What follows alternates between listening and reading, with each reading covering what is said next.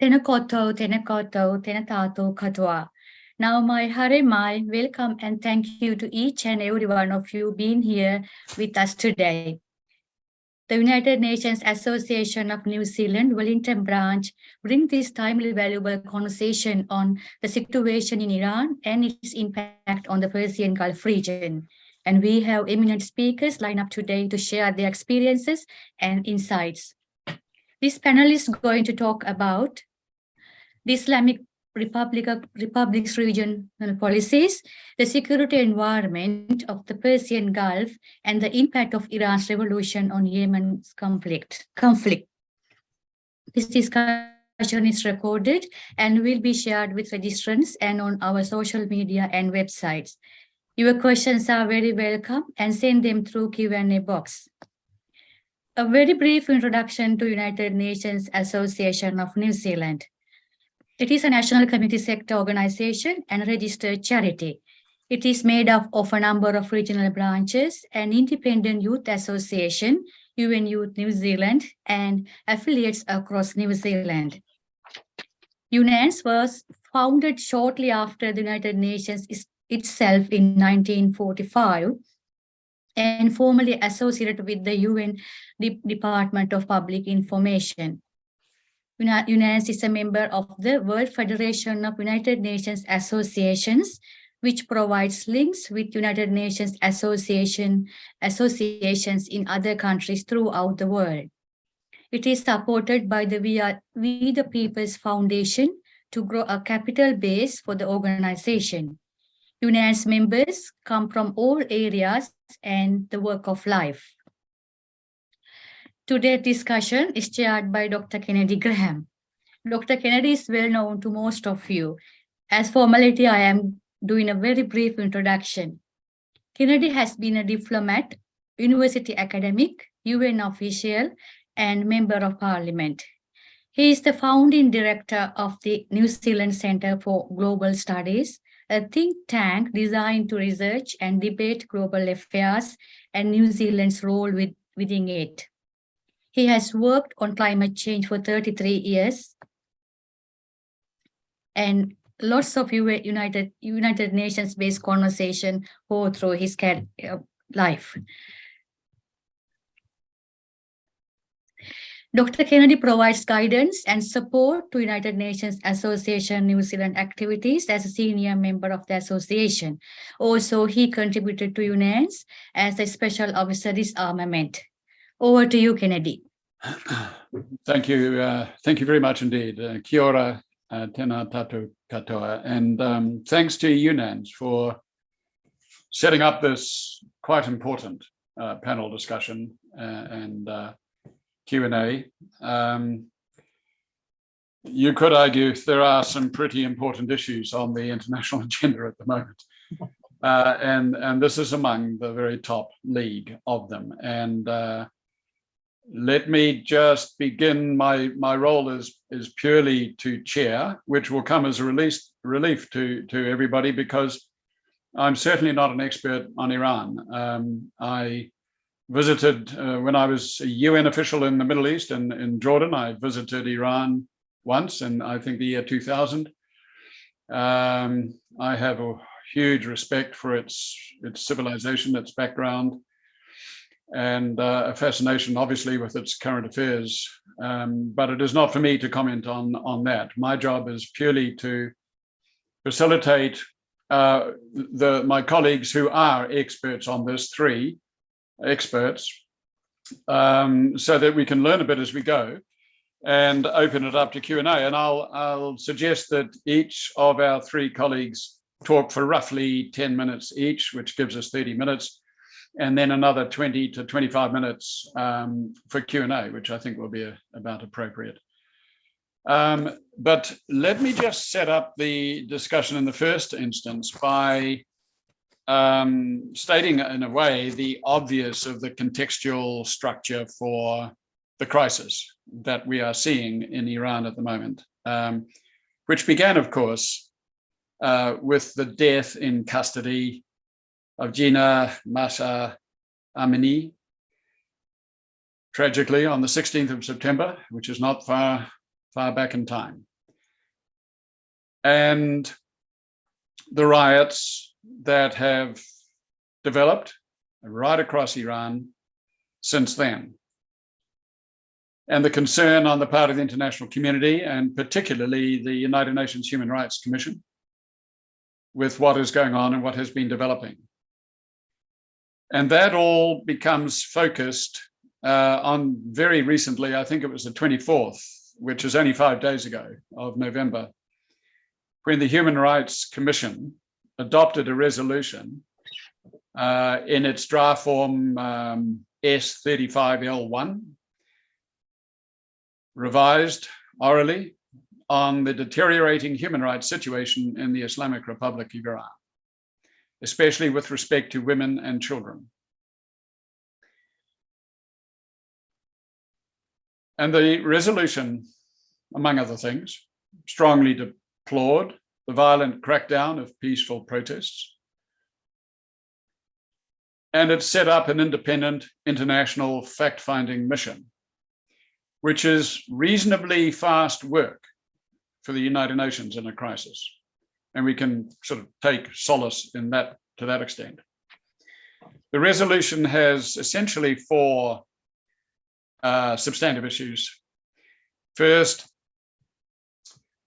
to thoroughly and independently investigate the alleged human rights violations in Iran related to the protests that began on 16 September.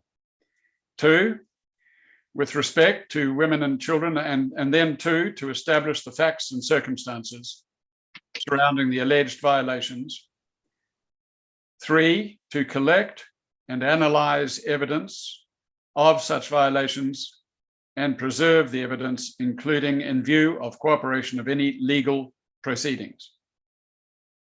And 4, to engage with all relevant stakeholders, including the government of the Islamic Republic of Iran, UNHCR, the UN Human Rights Commission, and the Special Rapporteur on the situation of human rights in Iran, and other relevant UN bodies. So that, and the fact-finding mission, we're at the 52nd session. The fact-finding mission is requested to present an oral update to the Human Rights Commission on the 53rd session, and a comprehensive report at its 55th session. Calls upon Iran to fully cooperate. And the final point to note, perhaps, is that the vote was 25 in favor, 6 against, and 16 abstentions.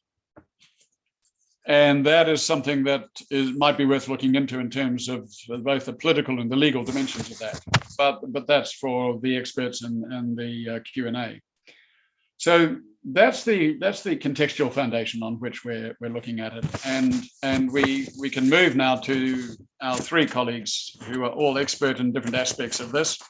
We start first with Dr. Negar Partow, who will be talking about the domestic changes in Iran. I won't introduce him in great detail because participants will have no doubt read their background on the invitation and the flyer.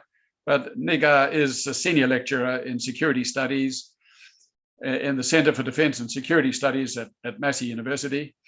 And her areas of expertise are international security, the Middle East, Southeast Asia, gender studies, human security, human rights, Islam and politics, and identity politics and diversity and ethics. So we don't have anyone better, I think, in the country to commence this discussion than Dr. Negar Partow. Negar, over to you. Thank you very much. And I'm very grateful to United Nations Association for hosting this event and for Dr. Kennedy Graham and other panelists on discussion and contributing to this panel. So one of the important things that I wanted to talk about is to look at the impact of the woman life freedom revolution, the way that the Islamic Republic has developed its foreign policy and how it's impacted in the ways that it deals with the region, as well as the different and the bigger environment and international community.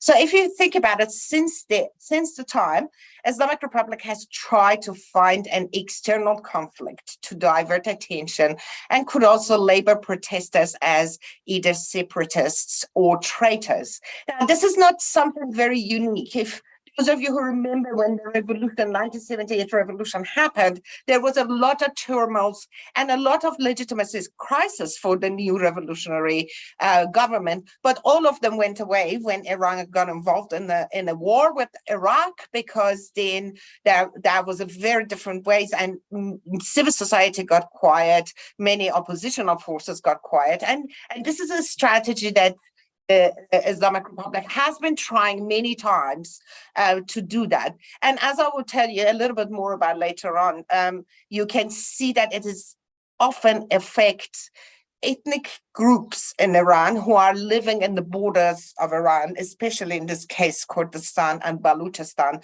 Kurdistan, I will talk a little bit more about it, and then Balochistan will impact the relationship between Iran and Pakistan. And Pakistan was one of those countries who actually voted no in the Human Rights Council. So as you can see, so there are 3 or 4 major themes that we can see arising in foreign policy practices and foreign policy actions that hasn't been in such an extreme ways before, but it has happening quite often. So one is that Iran is continuously violating UN resolutions. These resolutions either is the resolutions on arms trafficking, resolutions on violation of other government sovereignty. So for example, Iran attacked the territory, the Kurdistan's territory in Iraq a couple of times and bombarded the Kurdistan territory, which is a violation of Iraq's sovereignty. There have been quite a lot of problems that Iran has created for Iraq exponentially either in the last 5 years. So they also do quite spread ideas about violent extremism, and then they talk about it in both contexts, which means that whether it is the case that they violently will continue responding to protests and to women who want freedom and to everybody else who wants freedom. So they're going to violently respond, but they also have spread this fear in the region and in Iran that if their regime is gone, Iran will end up with a violent extreme system that is very similar to civil war in Syria. And well, as you know, many of you know, has been involved in Syrian conflict, know that even in that case, Islamic Republic was interfering quite a lot in Syrian conflict. And we do have quite a lot of information and evidence for that. But what is important is that, for example, you think about, okay, so Iran violated Iraq's sovereignty. At the same time, there's quite a lot of issues that all of you know probably that is happening in FIFA, in Qatar. There is also quite a lot of issues in Syria and Lebanon. So since the civil war problem in Syria started, and even before that, but this has gained momentum, Iran, Iraq, and Syria have developed a kind of a Shia militia group that is very mixed and very convoluted of different nationalities and different ethnic groups, but they operate cross-borderly. So when there's a problem in Syria and they want to support Bashar Assad, they are moved to Syria. And as you know, there are evidence of Iranian Revolutionary Guards fighting in Syrian military forces and Syrian security forces against civil society. When there is a problem in Iran, they move to Iran. There is now quite a lot of evidence about the existence of this militia in different protests and in beating people on the streets in Iran. When there is a problem in Iraq, they turn into Hashd al-Sha'bi. Many of you know how they operate, but they have been operating against everybody who was undermining the influence of Iran. And as you remember, for example, about a couple of years ago, there was a huge international news about the killing of who they called General Soleimani in Iraq, which was the architect of Iraq project, and he was a Revolutionary Guard. So we actually knew about their interference in regional politics quite often. But if I want to kind of combine and get an understanding about how Iran operates regionally, is that in Iraq, Syria, and Lebanon, it is much more about ideological combinations, but also a very strong Shia collaborations amongst them that allow them to operate differently. So Hezbollah in Lebanon is a major ally for Iran. And I think it is very interesting that Lebanon very recently signed a peace treaty, a maritime peace treaty with Israel, and changed side. And the Iranian civil society, everybody was thinking that, oh, Nasrallah is reading the fall of the Islamic Republic really early, and it's jumping the ship and actually signing a peace contract with Israel.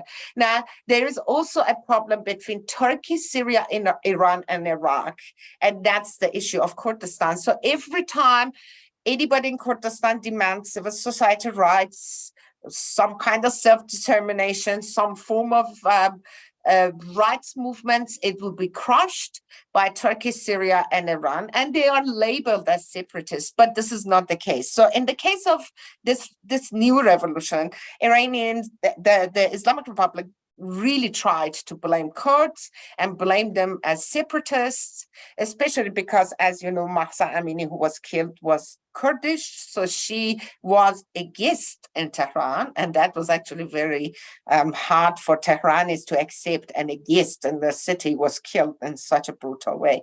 But it was a problem for Islamic Republic when the whole Iran kind of got up and protested against the killing of a Kurdish girl. Now, they tried to pin it quite heavily on Kurdistan and on Kurdish movements and claim them as separatists, but this hasn't been successful because now the opportunity of non-governmental media systems and connections that everybody has with each other allows Iranians to connect with each other beyond the control and monitoring of the state. So that wasn't successful. Now, the case of Pakistan is very interesting because Pakistan and, as you know, Baluch, the ethnic group of Baluch live across the borders of Pakistan and Iran. And there has been a very strong emphasis from Iranian revolutionaries about the emancipation of women, but also the emancipation of ethnic groups in Iran, and kind of bring equality of justice. And these issues always create problems in other countries because they think that can create potentially some ethnic unrest across the border. So Pakistan is playing a very different game because they know that this situation is not going to work. But in a much larger scale in the international community, there is also some other challenges for Iranian protesters, but also that allows Iran to maneuver, the Islamic Republic to maneuver about case. So in the meeting that Kennedy was referred to, China strongly opposed the formation of a fine-facting mission because they believed that even killing of protesters inside or execution verdicts that are not passed quite very popularly in Iran are a matter of domestic affairs, and they shouldn't be interfered by other countries. And this non-intervention policy that China is kind of promoting, which create an alliance and a good opportunity for Islamic Republic to side on for the amazing part of actually putting this resolution and asking this meeting in the Human Rights Council rather than in the Commission rather than the United Nations Security Council was that Iranians knew that as soon as something goes to Security Council, it would be vetoed by Russia and China. So it was a good way to come to the Human Rights Commission.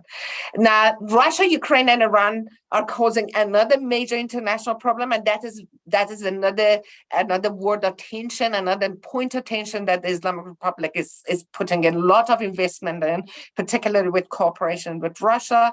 United States of America about 2 weeks ago announced that Russia is providing Iran with a lot of support and information and about the protest, but they also give them the idea of how to crash down protests and give them a lot of intelligence advice. So it means that this cooperation is not only one-sided, it's mutual between Iran and Russia has a lot of eggs in the basket of Iran, both in the case of nuclear, which it's dominated Iran's nuclear program, but also about many different economic connections and financial connections. And as you know, both of them are very high in index of corruption too.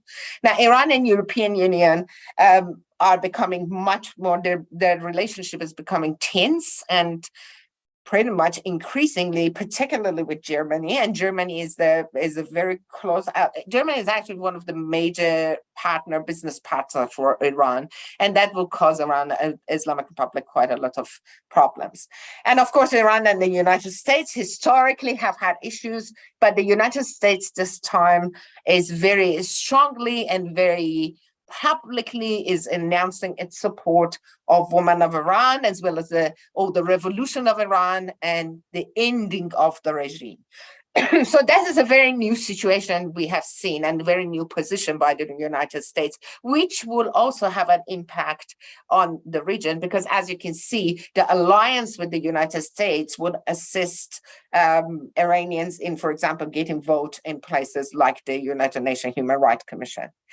I just want to kind of wrap up with talking just 2 points about the regional responses. So after all of this, you might argue that why is it that the region is not full-heartedly supporting this revolution, and where the problem is? Now, I can see that the best metaphor you can find in regional responses is love and hate. So the region is loving it and also hating it. It's hating this revolution. It's hating the Islamic Republic because it's hating the revolution because it's a woman-led revolution.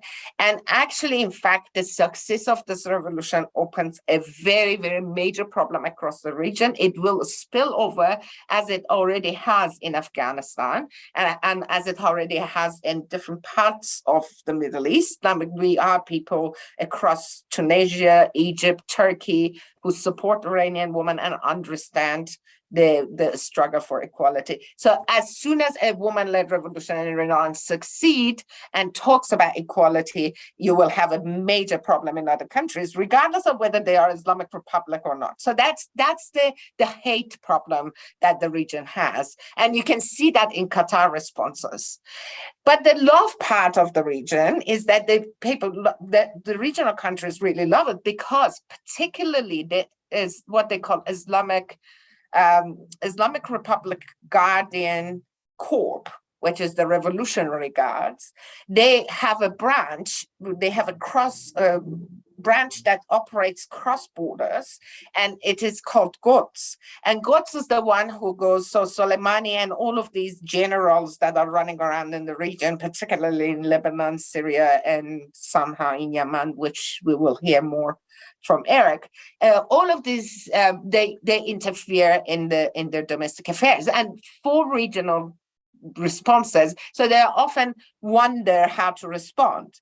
And it is very interesting that in these circumstances, I believe alliances that they have with the international community will significantly impact on the region. But what motivates most of the democratic, and then I will pass this mic to Peter, what encourages people to, and democratic states like New Zealand, to support this is that it is not, for the first time, it is not a problem between a reformist and a conservative. It is actually demands a very, very major infrastructural changes in the system that is very patriarchal and quite security orientated and militarized. And this is the case of Iran. It doesn't have, there is no politics, normal politics anymore. It's all discussions of security, and everything is incorporated in the discussions of security, and that creates threats for the region. So I end here, and thank you very much for giving me the opportunity, Kennedy. Thank you. Thank you, Negar, very much indeed. And your last comment there about basically the relationship of the domestic situation to the security situation is a good lead-in to our next, basically, I think, two expert discussions. Just very quickly, it's interesting in terms of the resolution, just by way of factual background, both I and Negar mentioned the resolution was adopted by 25-4 in favor, 6 against, 16 abstaining, and we can explore that. The proposed alteration to the resolution by China was rejected by almost exactly the opposite. 6 in favor of the Chinese proposal, 25 against, and 15 abstaining. Someone dropped out or walked out of the room, but it was essentially the opposite. And that doesn't really come as a surprise in terms of UN behavior, but it's just worth noting in passing.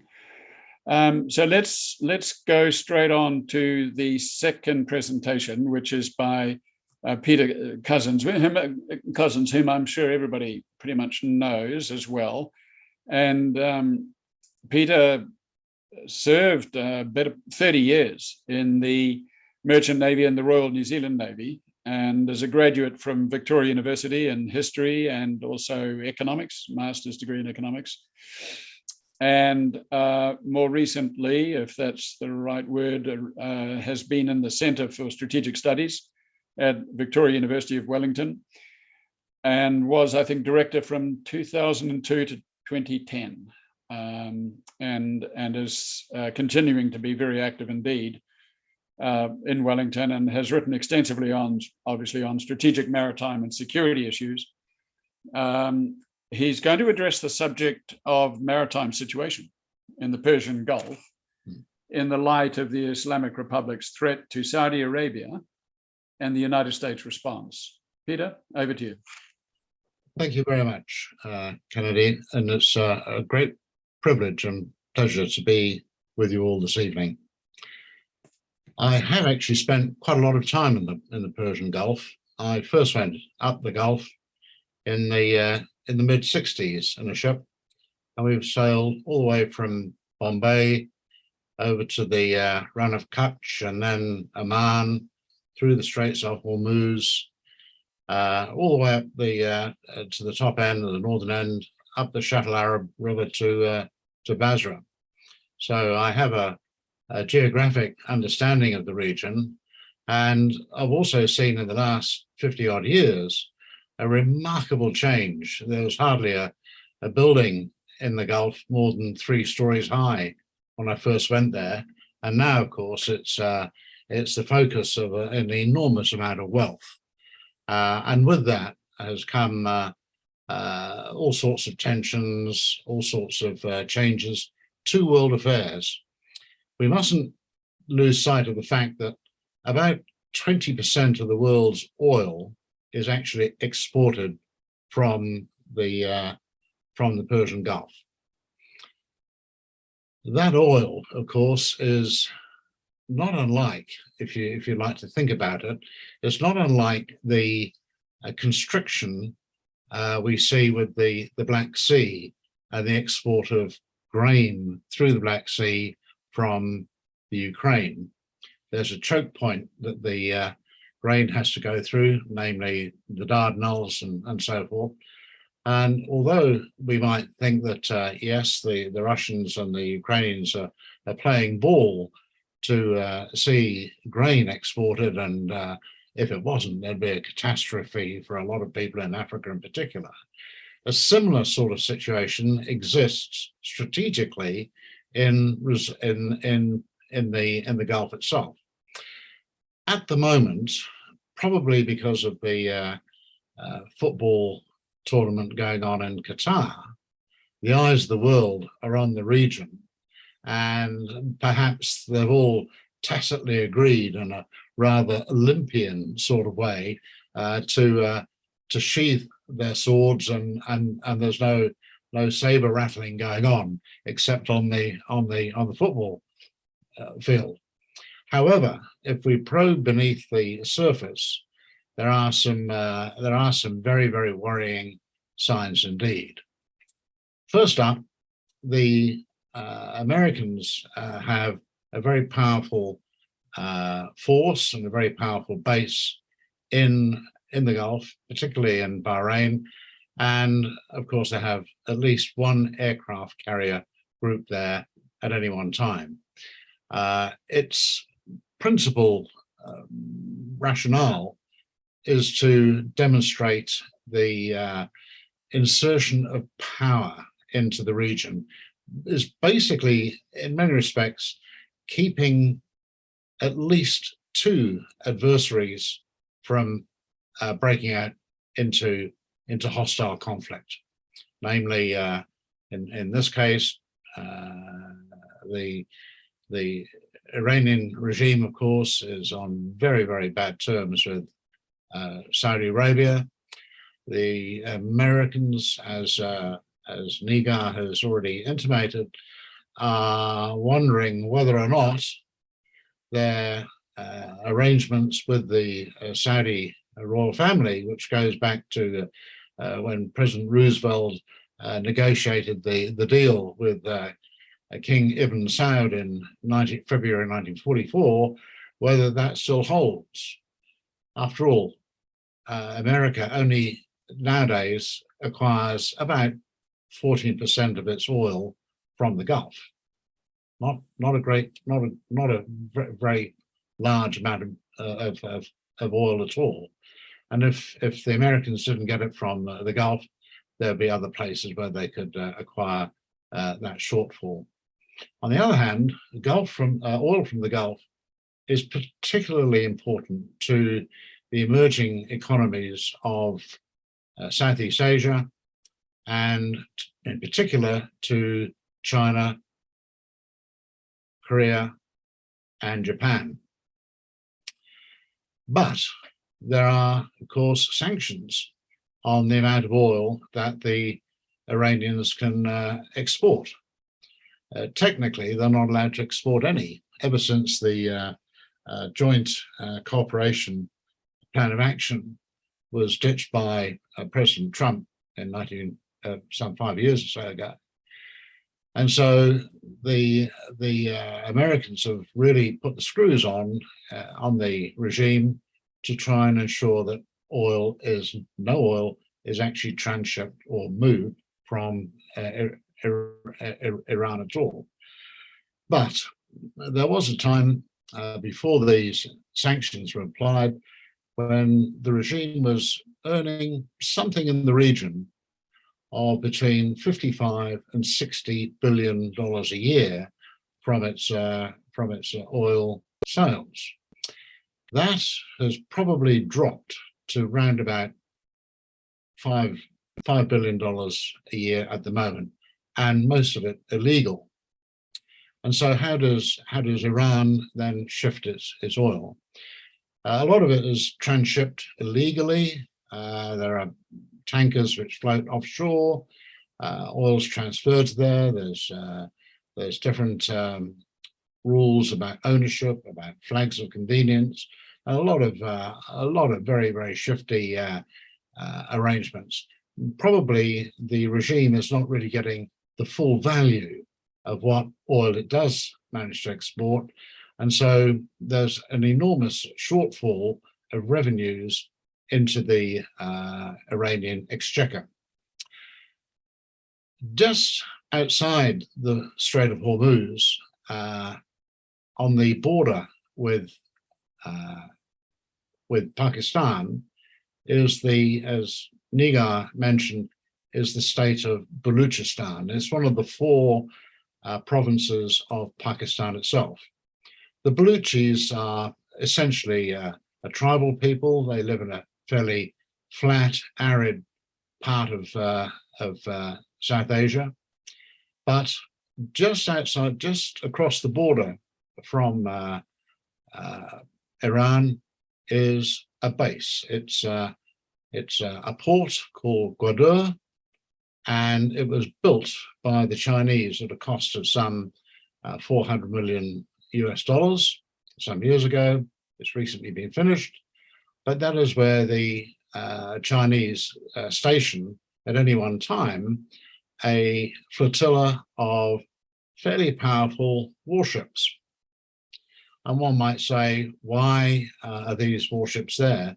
this port has also been a place where the Chinese have, from time to time, had one of their 2 aircraft carriers stationed.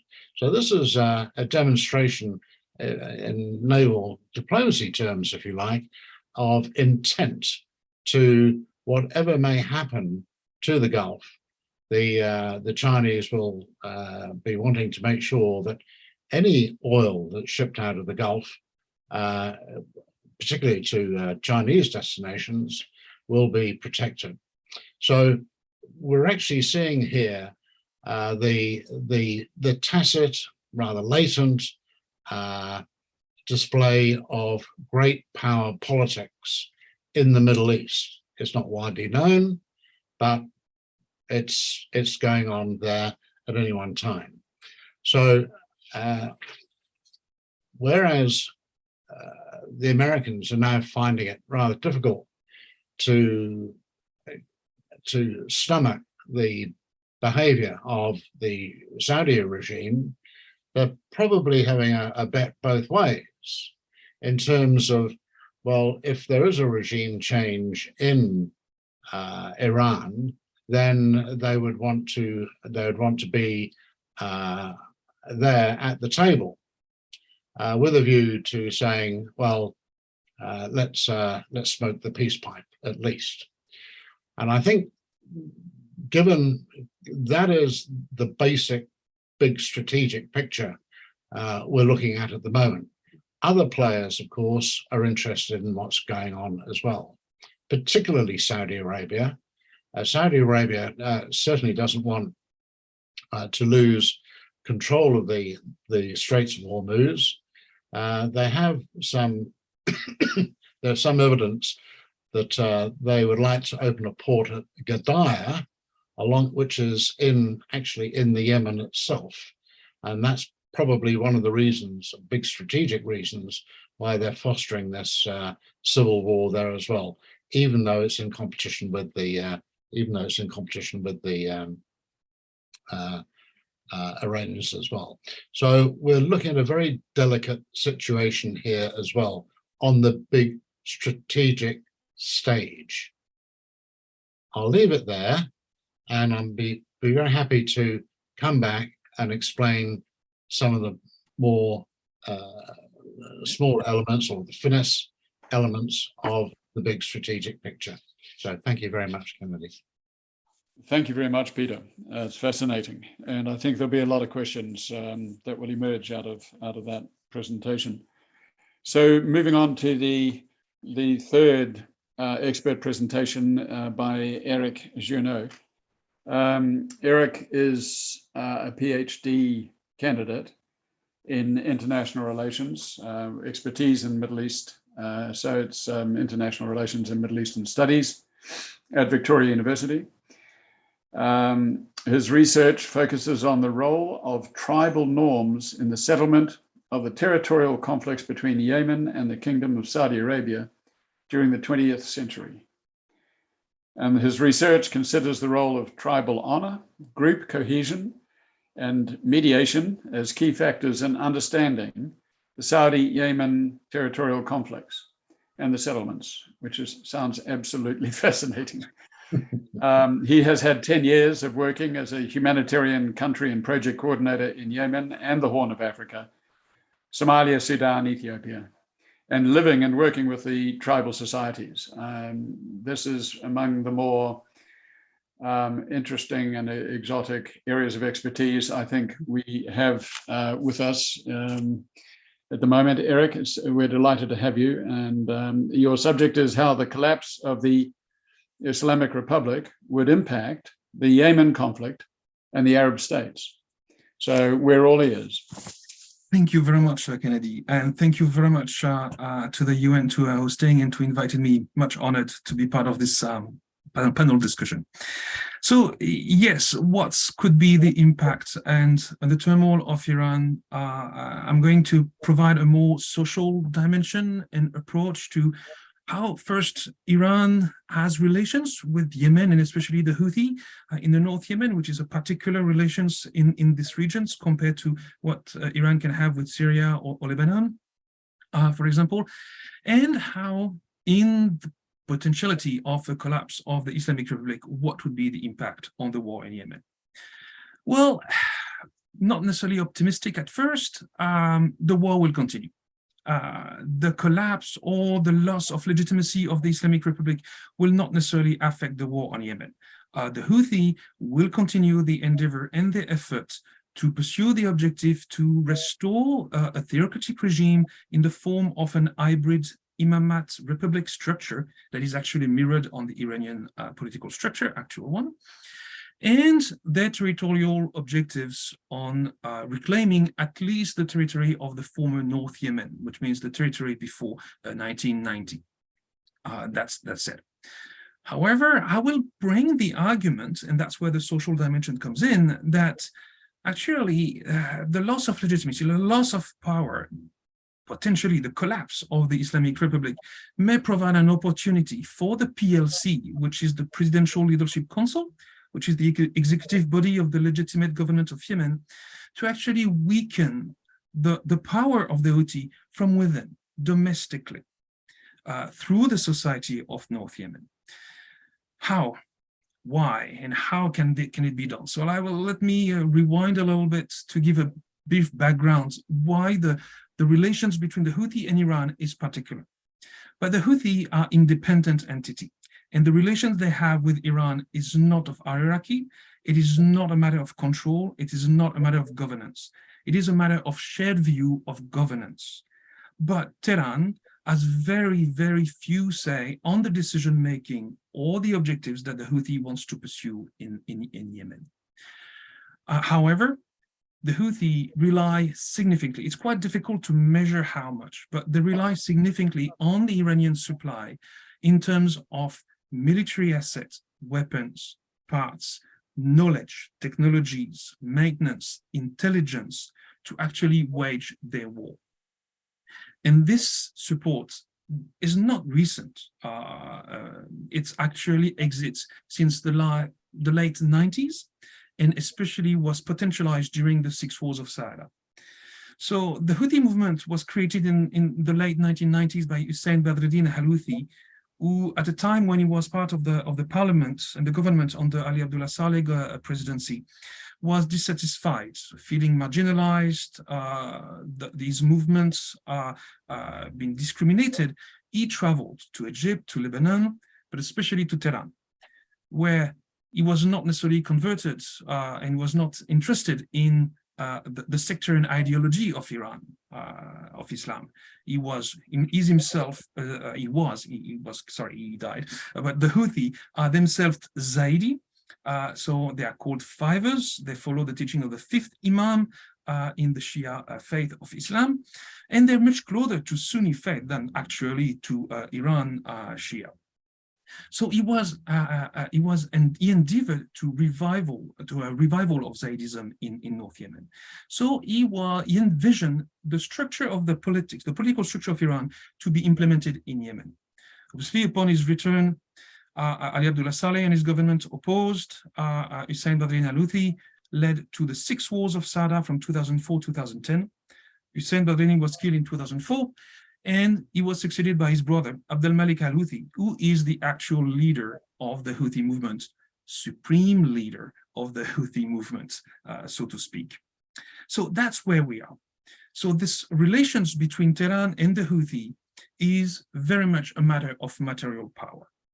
And the weapon supplies that the Houthi received from Iran, mainly, allowed them to wage the 6 wars of Saada, but also to wage these 8 years. The war started in there's a lot of debate here, but let's put to the fact, since the taking of Sana'a in 2014, it's the potentially 7th war of Saada that we are witnessing now. And this supply from Iran, in terms of military weapons, knowledge, and intelligence, allowed the Houthi to develop ballistic missile and drone attacks that they were able to perpetrate over Saudi Arabia territory, UAE, and the rest of Yemen against. But that's exactly where my argument lies. In the case of loss of power, diversions, needs for Iran to remain with their power, into the collapse of the Islamic Republic, this material power to the Houthi will reduce significantly. And they will not be able, because the Houthi will have the knowledge, but they will be lacking all the means to exercise their power and their material power. And they will, and that's what they started to do, especially this year, since a long time, but especially the increase this year, is to rely on local resources, which means demographic, soldiers from within the tribe, from within the society, because that's, if without the major weapons from outside, they need to rely on the soldiers to feed the front lines and to fight their war. And obviously, they do this recruitment strategy into the tribes. Tribesmen are armed men, historically, defending their territory, defending their tribes, and they are suited for this type of war that the Houthi are performing against the government. They have used several strategies for this forced recruitment, either in terms of indoctrination at primary school level with kids, showing indoctrinating towards the path of martyrdom and to the cult of the Imamat and Abdul Malik al-Houthi. But they also heavily rely on coercive environmental measures with tribesmen in terms of abduction, to force and compel tribes fellow to join the rank in the front line, or assassination of sheikh, tribal leaders. And these strategies started since 2018, 2019. And what we see is that even though the tribes are still compelled and following the Houthi governance, they are angered. There are grievances that the Houthi provided to the tribes that are not solved, right? Tribes in a governorate such as Hajjah, Al-Baida governorate, Hajjah is in the northern part of North Yemen, Al-Baida is in the border with South Yemen, in Sana'a, especially as well, many tribes are angered and have resentment towards the Houthi governments and coercive measures. And that's where, in the case of cutting the supply of weapons from Iran, either by means or by the fall of the Islamic Republic, the PLC should re-engage and to reset, to restore the relations with the tribes of North Yemen, to empower them militarily, demographically with people, and economically to actually domestically oppose the Houthi. And this, at the time of a war with active frontline, people will say, well, how? Well, that's the channels exist already. The tribes on each side of the front line communicate already. The sheikh, they have since 2018, parallel to the UN efforts of prisoner exchange, the tribes have exchanged prisoners on each side. At least 3,000 prisoners have been exchanged all across the front lines between tribes.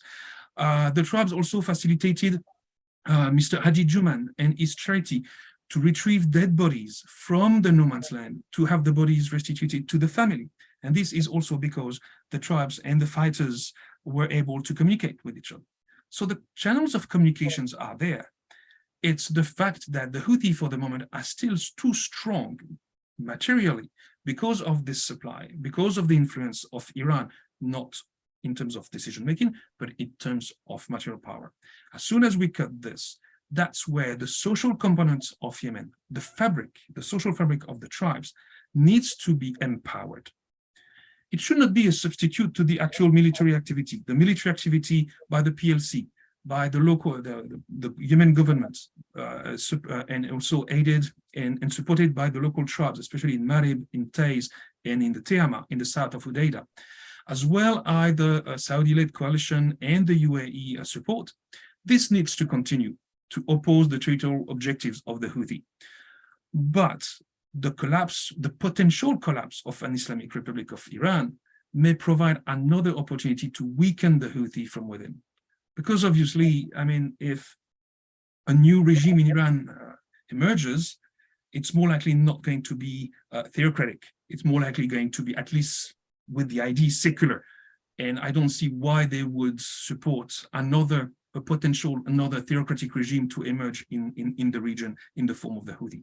And I guess obviously the Saudi and the UAE are not going to live it that way anyway. So that's my impact. I'm really happy to answer any questions about the war in Yemen. It's kind of a forgotten war now.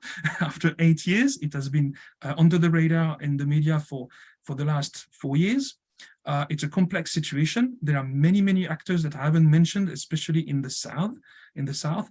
But because I wanted this social dimension on how the social fabric can actually be impacted by the collapse or the loss of power by another regime, I think is a kind of interesting approach and view to understand how Iran can manipulate, but also contribute to wars and conflict in the region. Eric, thank you very much indeed. That was fascinating. And so we'll open it up. We've got at least 10 minutes left. I'm not sure if there's anybody administering the webinar at the moment, so we're in the hands of fate. But we certainly have 10 minutes, if not longer, and we'll see how we go.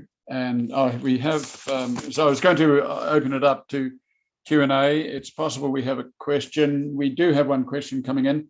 And if there are no more, I have one question for each of the speakers. But just a question here, which is the following: what is the impact of the long history of US antagonism towards Iranian government, including the overflow of democratic government? I think it means overthrow of democratic government and the extensive sanctions on the suspicion of developing nuclear weapons. Is it possible that such a history might have encouraged anti-Western attitudes in Iranian governments? So that's open to anybody, any of the, possibly it's, it's open to any of the three. Okay. Okay, I thought Peter, yes, please. Ever since the overthrow of the Iranian government in 1953, engineered by the CIA, there has been a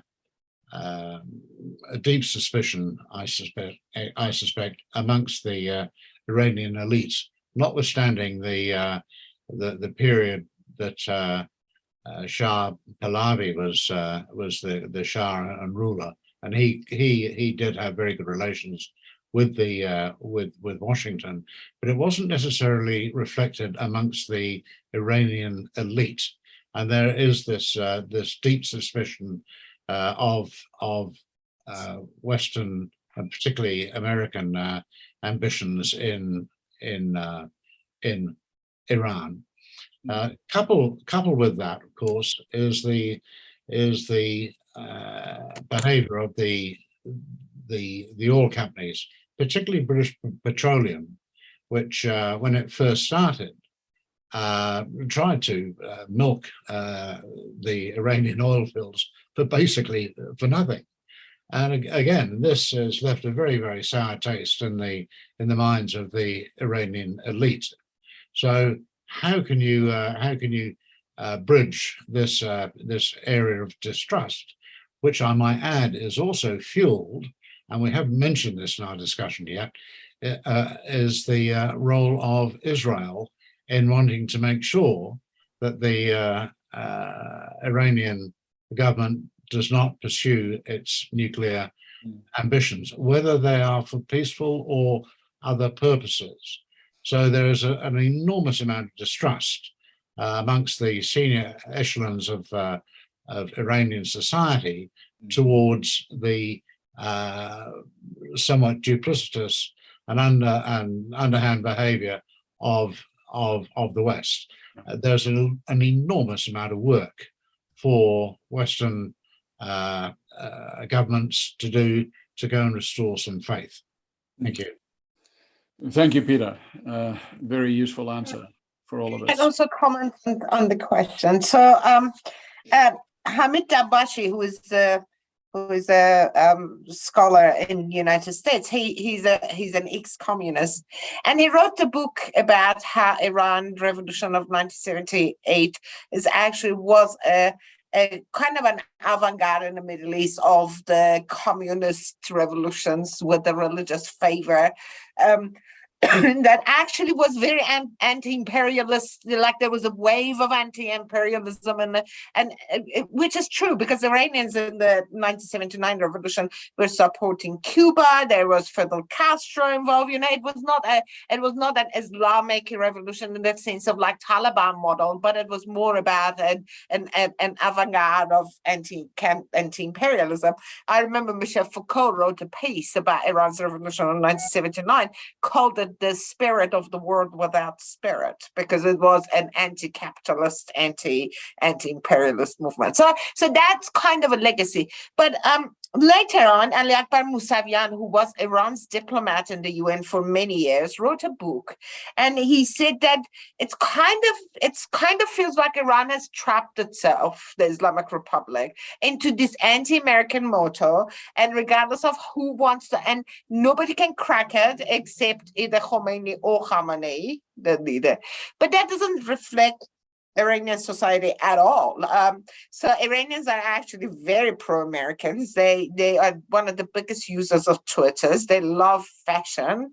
You can see more brands in Iran than you can see anywhere. So it's a very different, like when we think about people. But I think most importantly, what I'm hearing from people now is that they actually don't want to live in an ideological state where it has a pro or anti position about any other state in the world.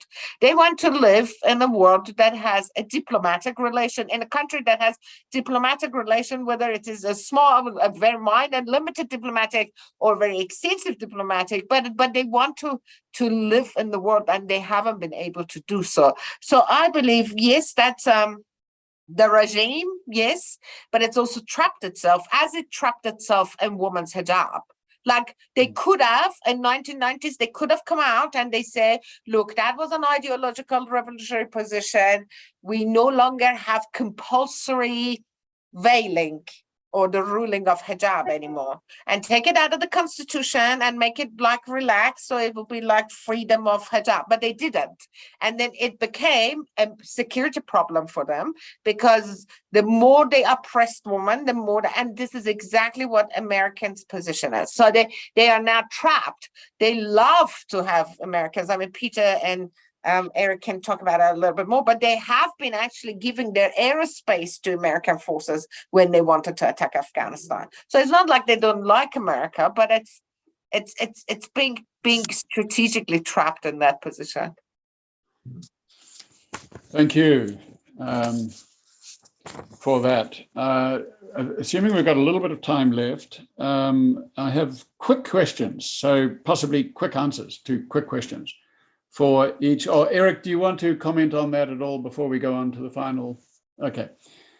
The question for Negar, because of the resolution, which is how we started the discussion, do you have any insight, and I find this is quite a useful exercise with regard to any significant UN resolution, Security Council or human rights or anywhere, look at those who have voted against and or abstained, and find out what they have explicitly said by way of explanation of why they voted against or why they abstained. And if we look at those who voted against, in this particular resolution, 3 out of the 6, China, Venezuela, Armenia, by way of example, why did they? What did they say?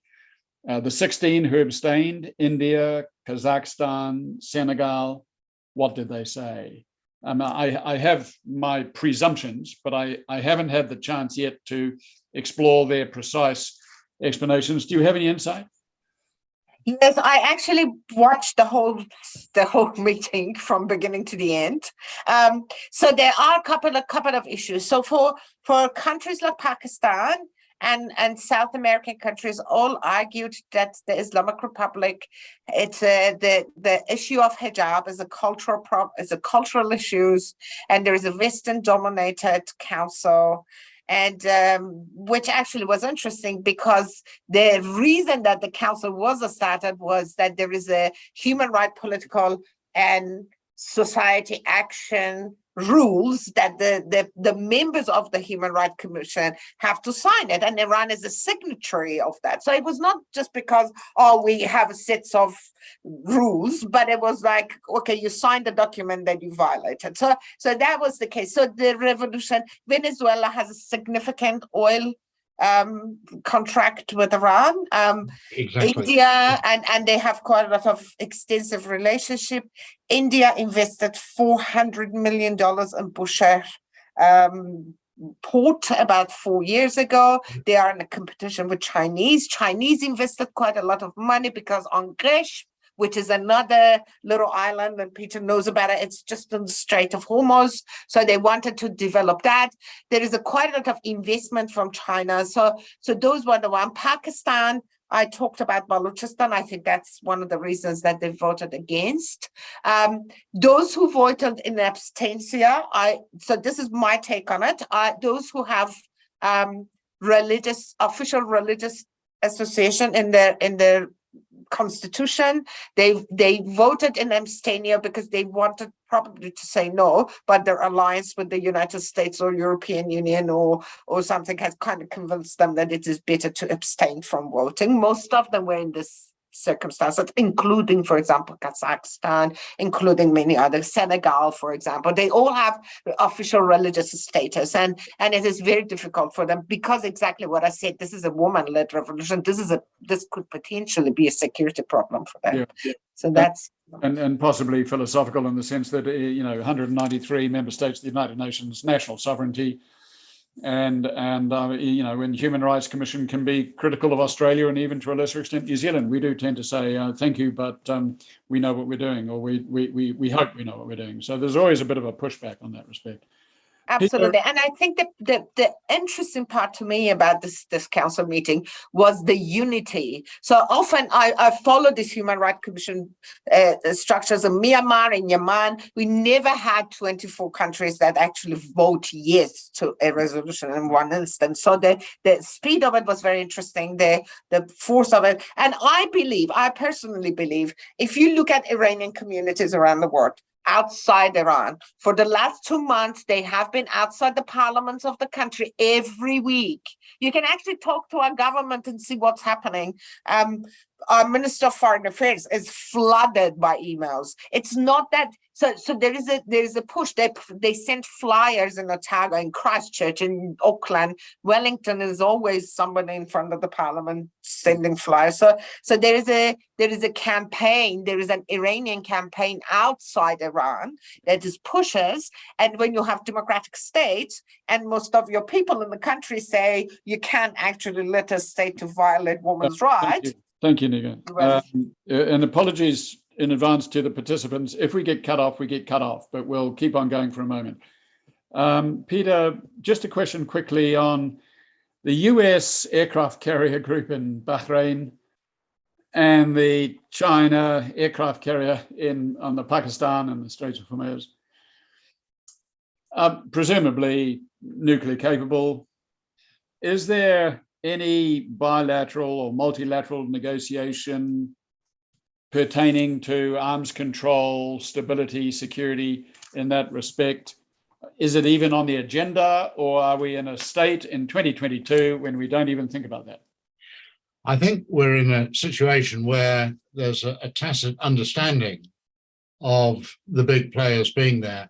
One country I didn't mention, also being part of the naval build-up, is India, because India has to get all of its oil from the Gulf by sea. It can't come by pipeline across Pakistan for obvious reasons.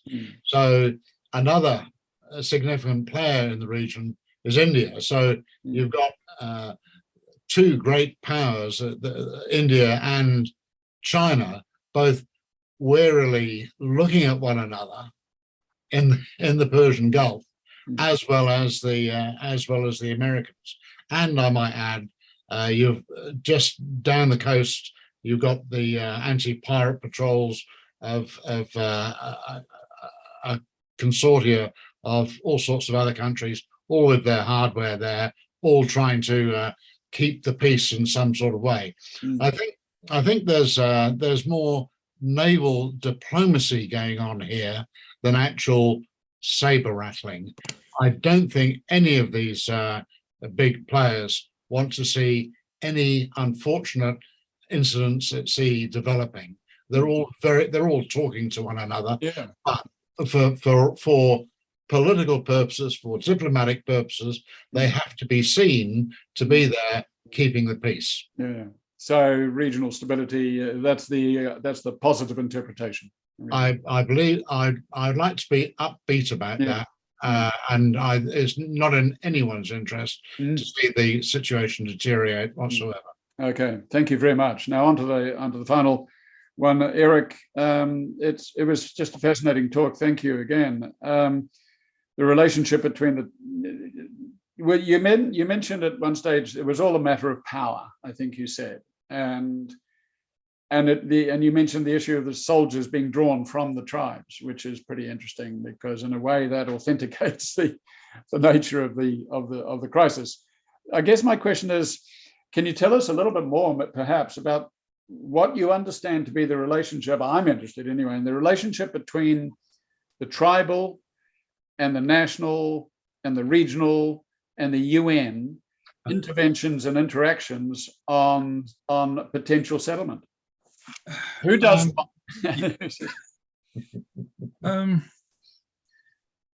vast questions. I'll try to be as short as I can.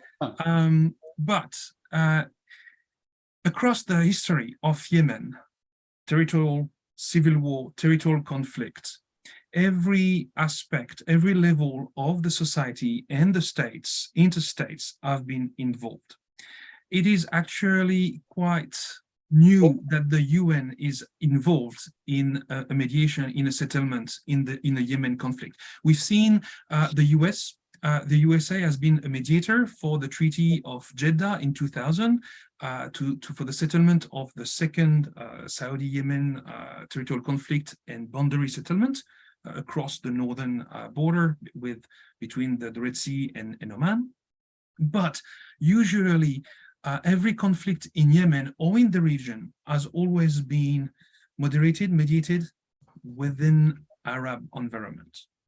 So I think if I start with the UN consideration, it's first a new experience for Yemeni.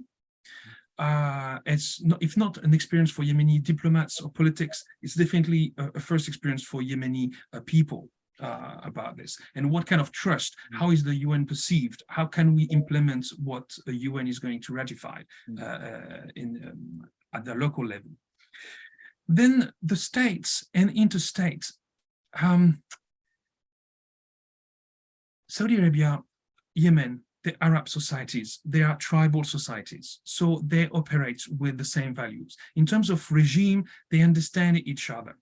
In the matter of sectarian, yes, they have differences, and that would be one of the major obstacles. But when it comes to mediations of territorial conflicts, of war, they have mechanisms of mediations based on Arab history to be able to settle themselves. And this can be understood transnationally and at local level by the populations. And this is something that should be emphasized rather than a foreign body, a foreign entity. In the actual situation, I'm personally, it's my personal argument on this, I am not sure that the UN-led mediation or a foreign body mediation outside of the Gulf or the Middle East would be perceived, especially negotiating with the Houthi. I mean, the motto of the Houthi, the slogan on the flag is death to America, death to Israel. And they want, and the Houthi are a Said family, so they claim the descendants from the bloodline of the Prophet, and they believe that they have the divine right to rule over the North Yemen. How do we negotiate on this level, especially as a foreign entity? Okay. However, we can engage them as Arab, coming from a tribal society that they can understand the norms, they can understand the rules, and the power, and how power, what type of power is at stake in this situation. Yeah. And that's where all the levels can merge together. Thank you. That's very insightful. And I personally, I must say, I tend to agree in terms of the potential role of regional organizations. But that said, we then look to the UN Charter and Article 52, 53, 54, and I was involved as a consultant 15 years ago. Romania took the initiative, not for the first time previous decades, but 2004, 5, 6, in Security Council discussions, which are still going on, about the role and the partnership between the UN and regional organizations, which I think is still an area that has potential still to be realized. Yes. And I think the UN increasingly is conscious of the need, as long as it's constructive and as long as the regional organizations acting within the Charter and in good faith to the Security Council, which is a loaded statement. But there you go. It at least is something to explore, and I think there's huge potential. So thank you again for that. All right. So, does anybody have any of the three, any final comments? Otherwise, we'll conclude. I must say, I think I found it a fascinating discussion, and thanks especially to Dr. Partow and UNANS for organizing this and setting up a fascinating interaction of subject matter with an expert on each of the three areas. It's made it a very rich discussion. So thank you to all three experts, and thank you to UNANS, and thank you to participants for being with us. And no doubt, Thank you very much. to be continued. Okay, thank you. Thank you very Thank much. you for sharing Yeah. it. It was lovely. I say, Khuda Hafiz. Allah Hafiz.